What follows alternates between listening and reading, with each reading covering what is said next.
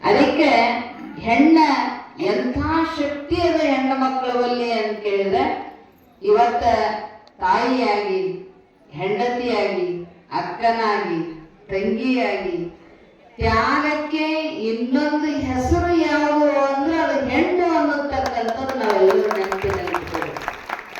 ಇದೀಗ ಅಪ್ಪಗಳು ಹೇಳುವುದು ಹೆಣ್ಣು ಮಕ್ಕಳು ಕ್ರಿಯಾಶಕ್ತಿ, ಇಚ್ಛಾಶಕ್ತಿ, ಜ್ಞಾನ ಶಕ್ತಿ ಅಂತ ಸ್ವರೂಪವೇ ಹೆಣ್ಣು.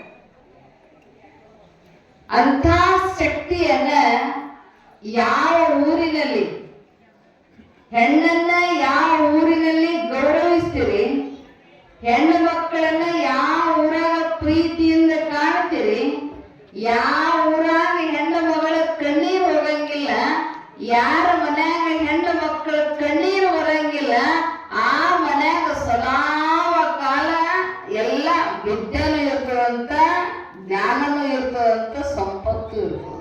ಅಂಥ ಒಂದು ಶಕ್ತಿ ಯಾರಲ್ಲಿ ಅದ ಅಂದ್ರೆ ಅದು ನಮ್ಮ ಸನಾತನ ಪರಂಪರೆ ಹೆಣ್ಣು ಮಕ್ಕಳು, ಹಿಂದಿನ ಋಷಿಮುನಿಗಳು, ತಾಯಿ ಸಾಧ್ವಿನಿಯ ಮಾತೆಯರು ಆದರ್ಶವಾದ ಗ್ರಸ್ತ ಜೀವನದಲ್ಲಿ ಧನ್ಯ ಅನ್ನುವಂತೆ ಅವರು ಬದುಕಿದರು. ನಮ್ಗೆಲ್ಲ ಗೊತ್ತಿರ್ಬೇಕು.